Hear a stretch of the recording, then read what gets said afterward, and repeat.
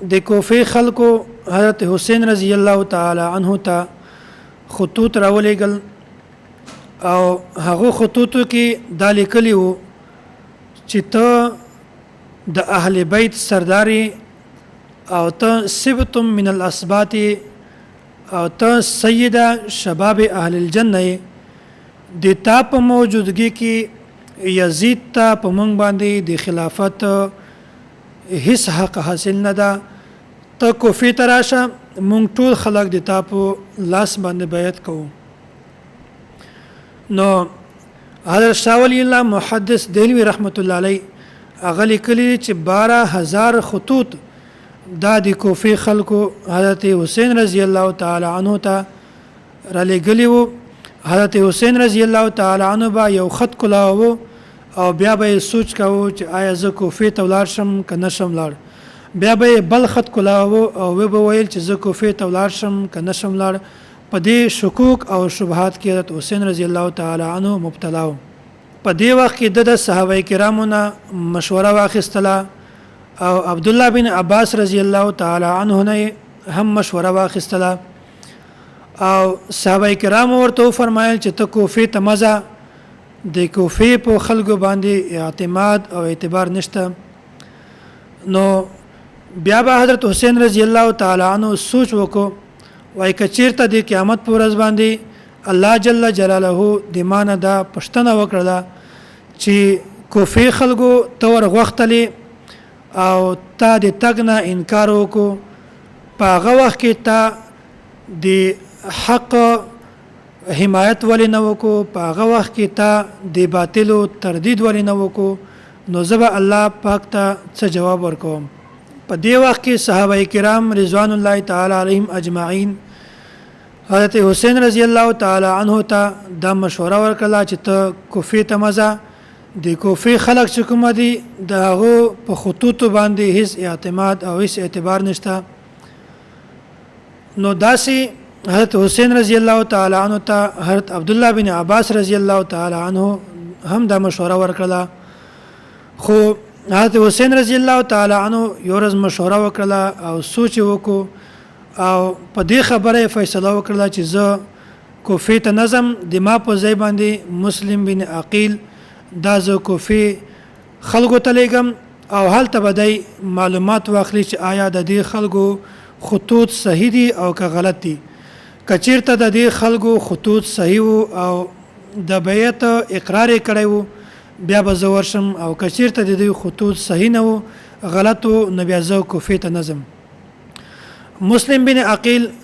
دا چې کله د کوفی تلک ته تیار شو نو د سره د دوه واړه بچان دغه هم د کوفی ته د تلک اراده وکړه مسلم بن عقیل ډیر هغه ته نصیحت وکړو چې تاسو ما سره مزي خو هغه هم بچانو هغه هم یو ضد کاوه نو هغه بل اخر د پلار سره د کوفی طرف ته روان شول کله چې کوفی ته ورسېدل په لار باندې د کوفی خلکو د مسلم بن عقیل ډیر زیات استقبال کړو بلکې د کوفی ټول خلک د مسلم بن عقیل رضی الله تعالی عنہ ته د استقبال لپاره راوتلی وو او په دې لار کې ډیر بشمیره څو زره خلکو د حضرت مسلم بن عقیل په لاس باندې بیعت وکړو او چې کله دته دا معلومه شوله چې د کوفی خلک د یزید د بیعت نه انکار کړی دا نو په هغه وخت کې مسلم بن عقیل یو خط ولیکو او د یو تیز قاصد په لاس باندې حضرت حسین رضی الله تعالی عنہ ته خط را ولیکو او ورته ویل چې د کوفی خلکو چې کوم خطوط وو هغه بالکل صحیح دي د خلک ټول د بیعت ته تیار دي او ډیرو خلکو د ما په لاس باندې بیعت هم وکړو نو یزید ته چې کله دا پیغام ورسېدو چې حضرت حسین رضی الله تعالی عنہ یو کس مسلم بن عقیل کوفی ته لېږلی ده او ډیرو خلکو د هغه په لاس باندې بیعت هم کړی ده د فورا هغه گورنر د دې خپل منصب نه لري کو او ابن زیاد دا ډیر ظالم کس وو دا د گورنر جوړ کو او ابن زیاد ته ویل چې ته کوم کسان چې د ما په لاس باندې د بیعت اقرار کوي هغه بیعت باندې قائم او دائم وي هغه ته څه موایا کوم کسان چې د بیعت نه اقرار انکار کړی وي مسلم بن عقیل په لاس باندې بیعت کړی وي نو د هغه خلاف ته ډیر سخت اقدام واخله ابن زیاد خلق سره راجمع کړل او ورته ویل چې کتاسو چیرته د یزید په بیعت باندې برقراري نو تاسو ته مونږ هیڅ نه وایو او کچیرته تاسو دغه بیعت مات کړی وي نو دا نقض بیعت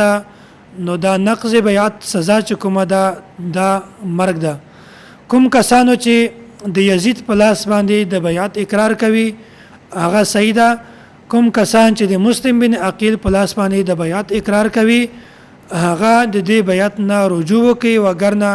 هغه کسان د مرګ ته تیار شي نو هغه کس د ابن زیاد چې دا بیان وارویدو هغه قسم ډیر ظالم وو نو اکثر خلک بلکې ټول خلک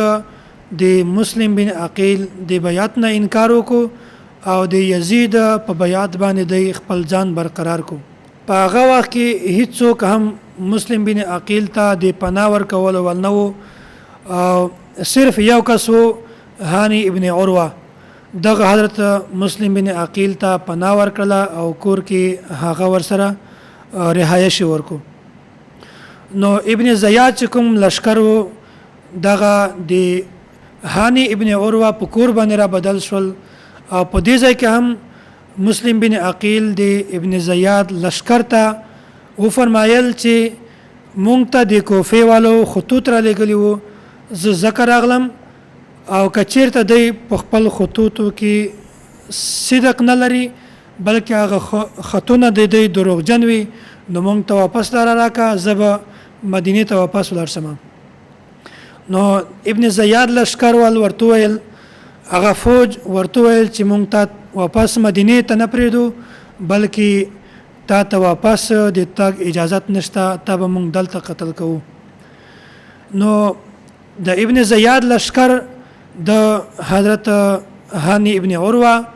او مسلم بن عقیل او د دواړه بچان چې کوم دای په دې ځای کې شهیدان کړل نو هغه وخت کې حضرت حسین رضی الله تعالی عنہ تم هغه خط ورسېدل او چې د کوفه حالات بالکل ټیک دي ته کوفه تراشه خلک د تا انتظار کوي د تا په لاس باندې د بیعت اقرار کوي او د تا منتظر دي حضرت حسین رضی الله تعالی عنہ د خپل خاندان سره په دغه نیت باندې سفر شروع کو د کوفه طرف ته د سفر شروع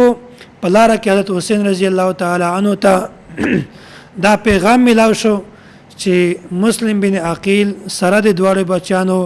د ابن زیاد لشکر چې کومه ده د هغه فوج هغه مسلم بن عقیل او د دوړو بچان د شهیدان کړل حضرت حسین رضی الله تعالی عنہ د خپل خاندان والو ته ویل چې حضرت مسلم بن عقیل رضی الله تعالی عنہ شهید شوی دا تاسو کې چې څوک واپس مدینه منورې ته تلګ اراده کول غواړي نو هغه ولاړ شي په هغه باندې هیڅ پابندي نشته زه څوک هم نه منې کوم خو زه د دې ځای نه مخته سفر جاری ساتم او زه ځکه چې حضور پاک صلی الله علیه وسلم یو خوب ماته بیان کو چې ماته په خوب کې و علاقه یو ځای راښکاره کړلی شو د هغه ځای چې کومه شګه وه هغه سره ده چې په دې ځای باندې حضرت حسین رضی الله تعالی عنہ شهادت کیږي نو دا مخکې چې کومه لار ده حضرت حسین رضی الله تعالی عنہ د خپل خاندان والو ته ویل چې دا مخته ځای چې کومه ده دا د ما د شهادت ځای ده نو زه کله هم د شهادت نه واپس نه ګرځم که تاسو هم څوک د دې ځای نه واپس ځي نو هغو ته اختیار ده هغه مدینې منورې ته تللی شي نو خاندان والو هم ورته ویل چې مونږ د تا سره کوفې ته ځو مونږ واپس نه ځو په دې وخت کې حضرت حسین رضی الله تعالی عنہ د دغه لشکر چې کوم نماینده و د څو کسان یې راوغوښتل او ورته ویل چې د ما درې شرایط دي په دې درې شرایطو کې یو شرط د ما سره تاسو ومنئ هغه درې شرایط کوم دي هغه کې اول شرط دا حضرت حسین رضی الله تعالی عنه ورته فرمایل چې تاسو ما واپس بغیر د جنگ نه بغیر د قتل نه صحیح سلامت تاسو ما مدینه منوره ته واپس پریږدئ ځکه چې مونږ راغلی په کوم مقصد پسې وو هغه مقصد د مونږ نه حاصلېږي خلکو د مونږ سره بې وفایي وکړله نو مونږ کوفې طرف ته د مونږ د تلګ هیڅ فایده نشته او مونږ واپس مدینه منورې ته ځو او دوم شرط دا ورته بیان کو چې تاسو بغیر به مباحثه بغیر به قتل نه تاسو ما د یزید خواته یوسئ زه د یزید سره براه راست ملاقات کوم او براه راست د هغه سره زه خبرې کوم او کچیرته تاسو دا دوه شرطونه د ما نه منئ ماته مدینه منورې ته د تلګ لار هم نه راکوئ او د یزید سره د ما ملاقات هم نه کوئ نو درم شرط دا ده چې تاسو کوم یو اسلامی ملک وي دغه اسلامی ملک سرحداتو ته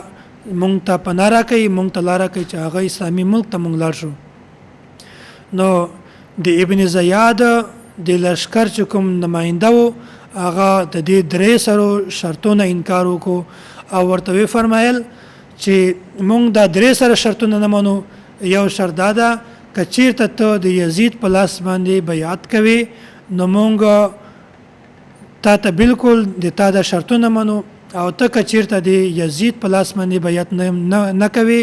مونږ تا قتل کوو په دغه ځای باندې مونږ د تا هیڅ شرط نه منو نو حضرت حسین رضی الله تعالی عنه هغه مخته سفر جاری کو او د دې چې کوم افواج وو د افواجو لاره هم ورکوله او چې کوم ګول دایره وه